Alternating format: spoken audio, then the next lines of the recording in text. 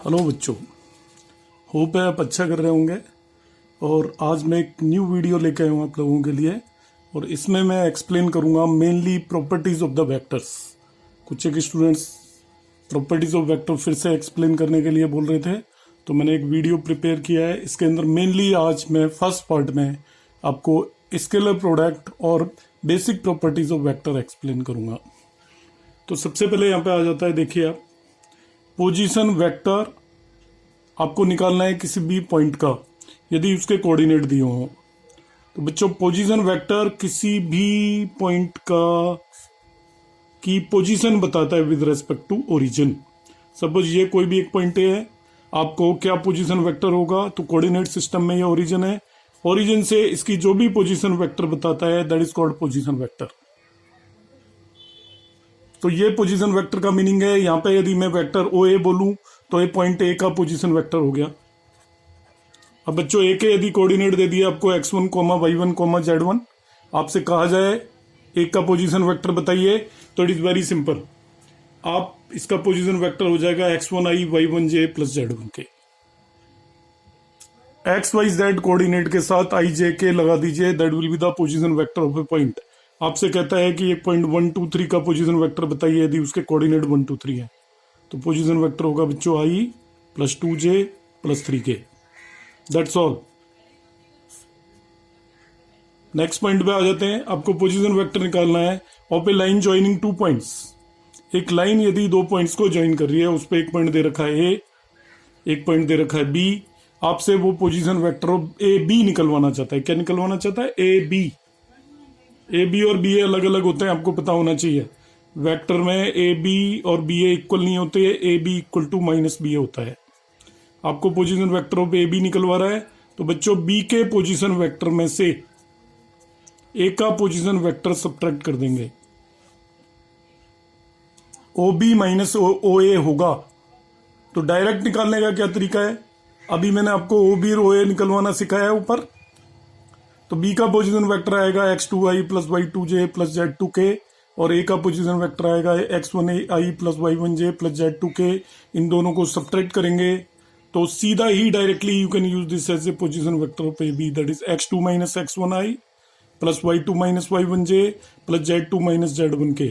यदि एक लाइन पे पॉइंट दे दिए 1 2 3 6 1 9, आपसे कहे कि इसके पोजीशन वेक्टर निकालिए, तो हमने सिंपली क्या करना है, एक्स एक्स कोऑर्डिनेट का डिफरेंस ले लीजिए 6 माइनस 1i, वाई वाई कोऑर्डिनेट का डिफरेंस ले लीजिए 1 माइनस 2j, और जेड जेड कोऑर्डिनेट का डिफरेंस ले लीजिए 7 माइनस 3k। ये पोजीशन वेक्टर हो गया of the line joining two points. तो दो पॉइंट्स को लाइन ज्वाइन कर रही है, तो उसका पोजीशन वेक्टर निकालने का ये तरीका है। नेक्स्ट वन आता है आपका मैग्नीट्यूड और लेंथ ऑफ ए वेक्टर। तो मैग्नीट्यूड और लेंथ एक ही बात होती है वेक्टर के केस में।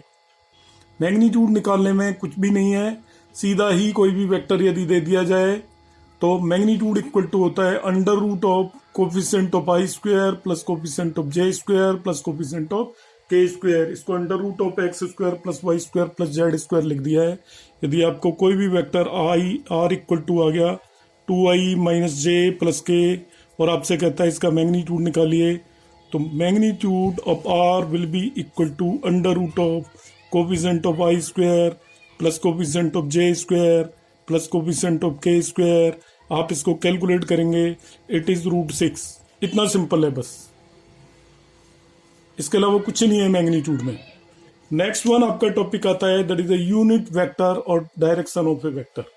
किसी भी वेक्टर के दो पार्ट्स होते हैं, एक पार्ट मैग्नीट्यूड को निकालता है, वो मैंने ऊपर बता दिया है, और दूसरा पार्ट उसकी डायरेक्शन को देता है। जो भी पार्ट डायरेक्शन को देता है उसे यूनिट वेक्टर बोलते हैं।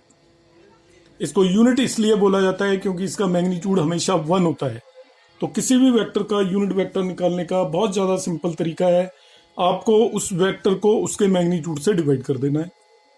जैसे वेक्टर आर है, इसका यूनिट वेक्टर निकालना है, तो इस वेक्टर आर को इसी के मैग्नीट्यूड से डिवाइड कर दीजिए। सपोज इस एग्जांपल में ये कोई भी वेक्टर दिया हुआ है, आपसे कह रहा है you find its unit vector, तो यूनिट वेक्टर होगा आर कैप। क्या लिखेंगे? Vector R divided by its magnitude. ठीक है सर। तो वेक्टर आर क्या है आपका? 2i माइनस जे प्लस के और इसका मैग्नीट्यूड कितना निकाला हमने, √6, उससे डिवाइड कर दो, ये यूनिट वेक्टर होगा। एक और चीज आपको याद रखनी है, यूनिट वेक्टर का मैग्नीट्यूड हमेशा 1 होता है। If you will calculate the magnitude of this vector, definitely it is going to come 1।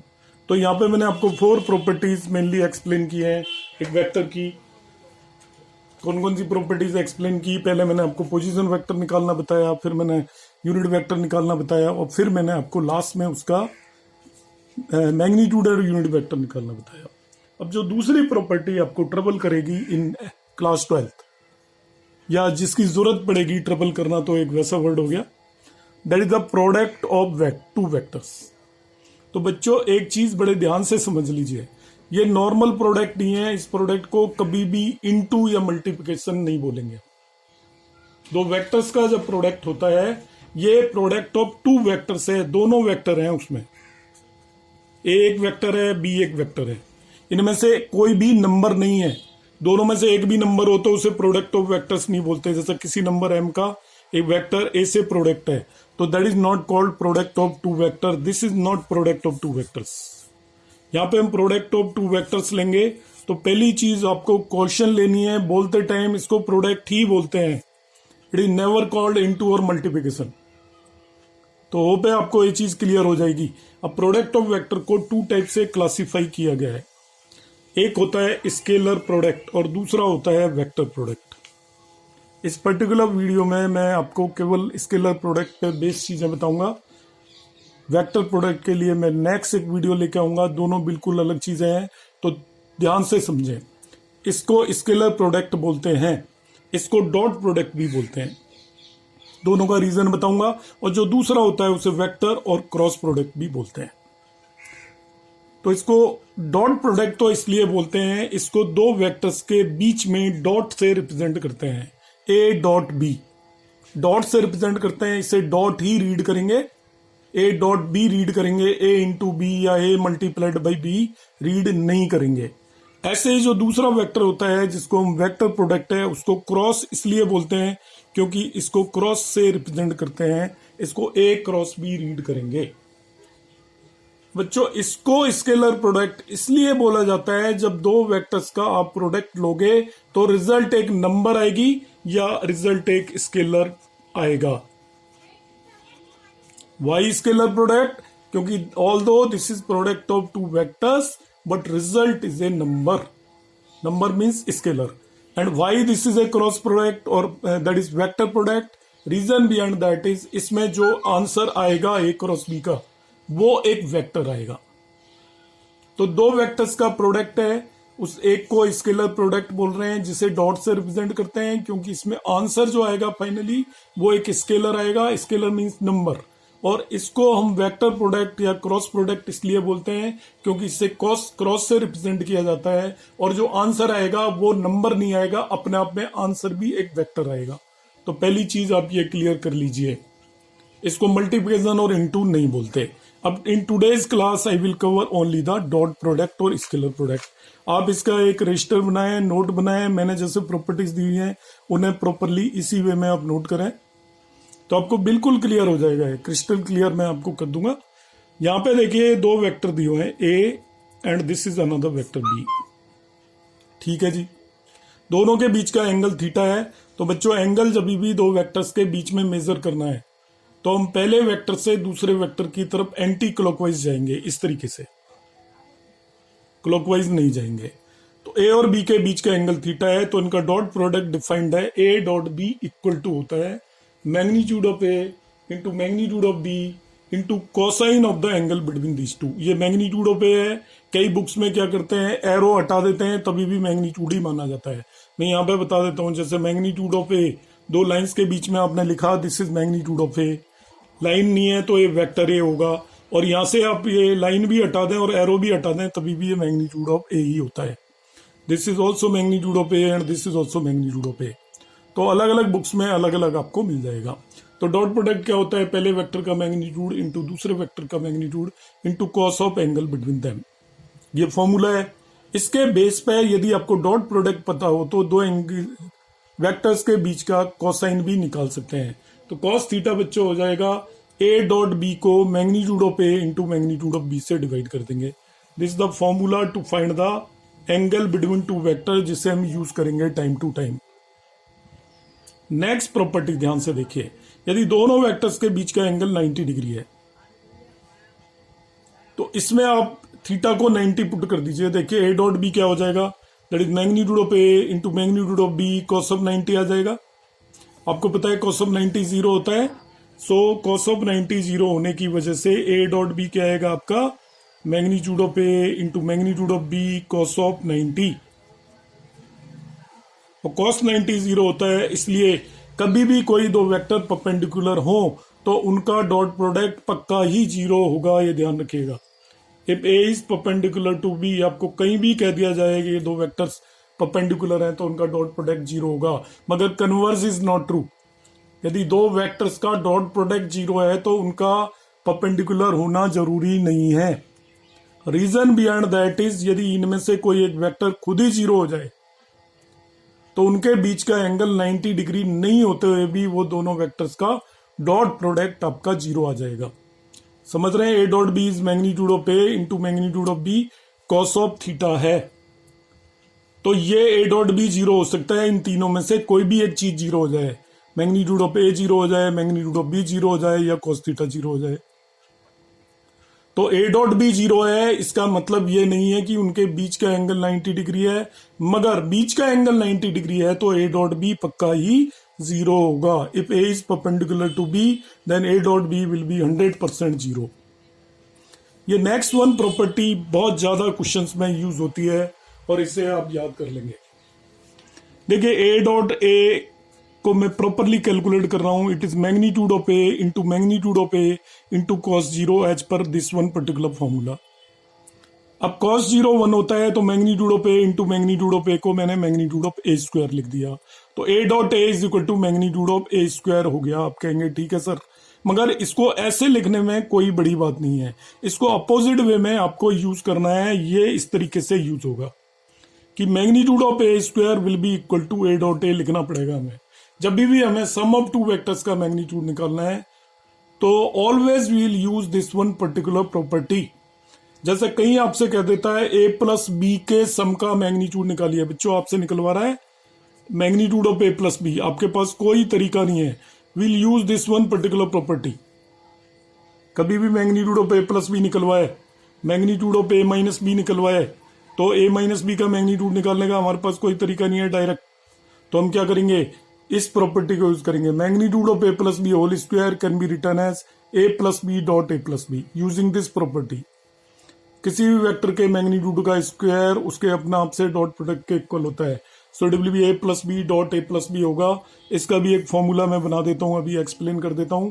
So magnitude of A plus B whole square is equal to A plus B dot A plus B हो जाएगा। ठीक है, magnitude of A plus B whole square is equal to क्या हो जाएगा आपका, A plus B dot A plus B. तो इसके बेस पे मैंने 2-3 फॉर्मूले आपके प्रिपेयर किए हैं, तो you can note down them और इन्हें आप डायरेक्टली भी यूज कर सकते हो, कोई प्रॉब्लम नहीं है। बच्चों देखिए फॉर्मूले क्या है आपके, magnitude of A plus B whole square यहां पे दिया हुआ है, देख लीजिए आप, it is equal to magnitude of A square plus magnitude of B square plus 2a dot B हो जाएगा।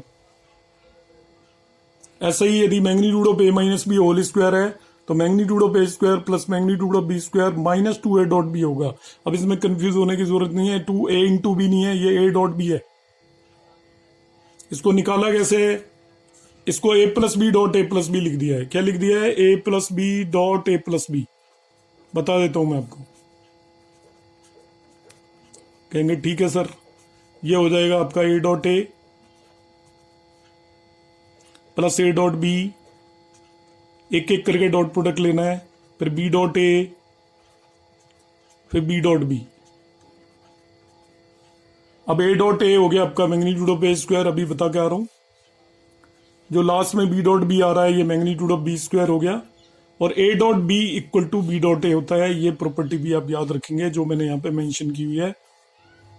डॉट प्रोडक्ट कम्यूटेटिव होता है, ऑर्डर डजंट मैटर, किसी भी ऑर्डर में डॉट प्रोडक्ट ले लीजिए वो वन आपका सेम ही रहेगा। तो in this way we can write this as magnitude of A square plus magnitude of B square plus 2a.b।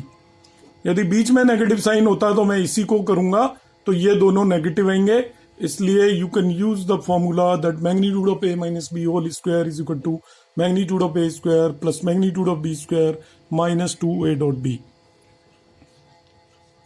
तो we can directly use these formulas. We'll use these two formulas whenever you have to find the magnitude of sum of two vectors or difference of two vectors. Theoretical निकालना है, यदि वो vector की form में दे रखा है, coefficient की form में दे रखा है, तब तो कोई दिक्कत ही नहीं है, हम वैसे ही निकाल देंगे।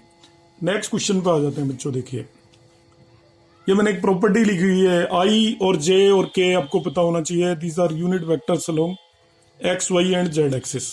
ये एक्स एक्सिस है, ये वाई एक्सिस है, ये जेड एक्सिस है।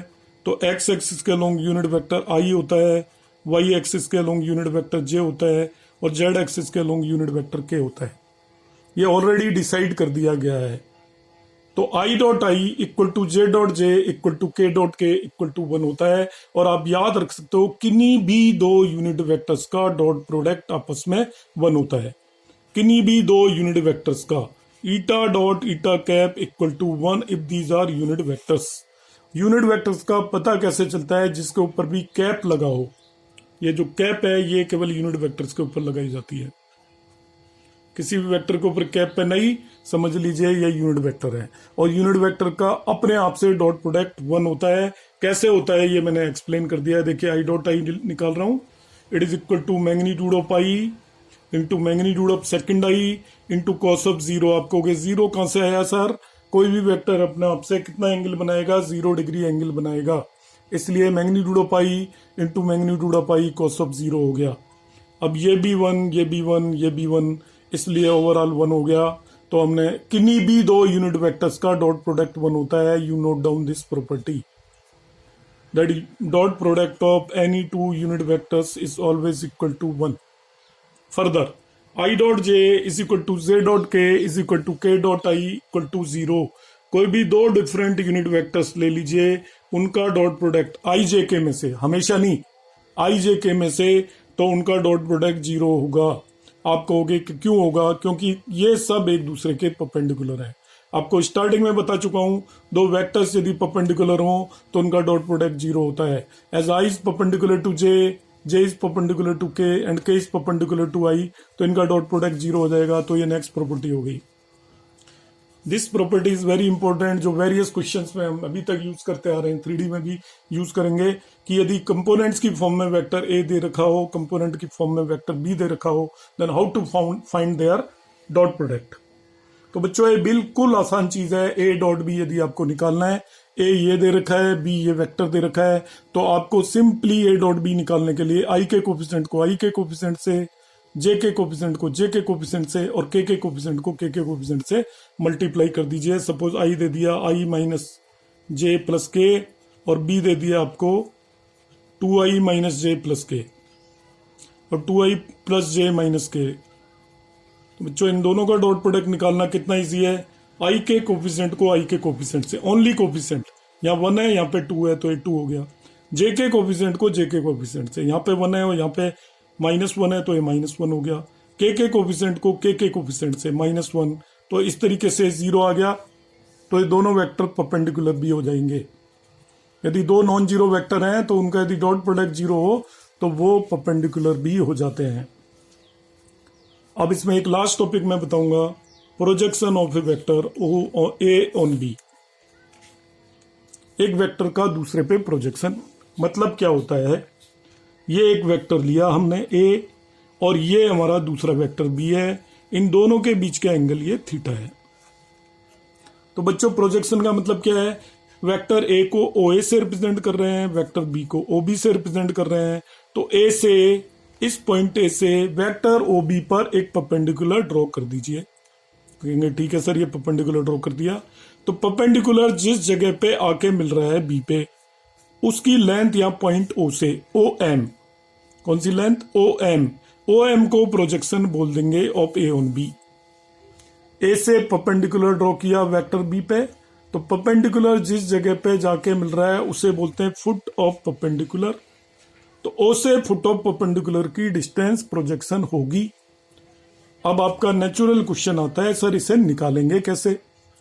तो बच्चों इस right triangle O M A में, in right triangle O M A, आप कॉस थीटा निकाल लीजिए। वो O M divided by O A होगा, base upon hypotenuse equal to cos theta.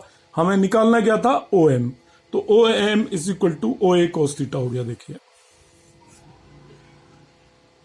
ठीक है sir. O A means magnitude of O A, वो क्या है? ए। ओ ए लेंथ है ना, तो ओ ए का मैग्नीट्यूड क्या होगा? लेंथ मीन्स मैग्नीट्यूड, वो ए कॉस थीटा हो गया। देखिए magnitude of A cos theta. अब हमने बच्चों क्या किया? कॉस थीटा की वैल्यू रख दी है यहाँ पे। कॉस थीटा हमें पता है A dot B divided by magnitude of A into magnitude of B होता है। तो कॉस थीटा की जगह A dot B divided by magnitude of A into magnitude of B रख दिया। मैग्नीट्यूड ऑफ ए से magnitude of A cancel out हो गया, तो आपका अल्टीमेटली बच गया it is equal to magnitude of A dot B divided by magnitude of B. ये projection of A on B, तो ऊपर तो ए डॉट बी आएगा, डिनोमिनेटर में मैग्नीट्यूड ऑफ बी आएगा यदि ए ऑन बी निकालना है। सिमिलरली यदि प्रोजेक्शन ऑफ बी ऑन ए निकालना हो आपको, तो इसमें आपने कुछ भी नहीं करना है, ए की जगह बी और बी की जगह ए रख दीजिए इस पूरे फॉर्मूले में। तो न्यूमरेटर में तो कोई फर्क पड़ेगा नहीं, क्योंकि ए डॉट बी भी वही चीज होती है जो बी डॉट ए है। तो न्यूमरेटर में तो ए डॉट बी ही आएगा, मगर डिनोमिनेटर में यहाँ पे मैग्नीट्यूड ऑफ बी आ रहा था, यहाँ पे मैग्नीट्यूड ऑफ ए आ जाएगा जब आपको बी का प्रोजेक्शन ए पे निकालना है। लर्निंग कैसे करोगे? जिस वेक्टर पे प्रोजेक्शन निकालना है उसका मैग्नीट्यूड डिनोमिनेटर में आएगा। तो बच्चों ये मैंने आपको स्केलर प्रोडक्ट से रिलेटेड या डॉट प्रोडक्ट से रिलेटेड जितने भी कंसेप्ट हैं आपके एनसीईआरटी में जो आपके क्वेश्चंस में यूज हो सकते हैं, वो मैंने सारे यहाँ पे कवर अप करने की कोशिश की है। आप इन्हें सबको नोट करें फ्रॉम द स्टार्टिंग, एक रजिस्टर के अंदर 1 या 2 बार रिवाइज करें, तो आपका डॉट प्रोडक्ट से रिलेटेड सभी कंसेप्ट इसके अंदर कवर अप हो जाते हैं। Thank you for watching this video.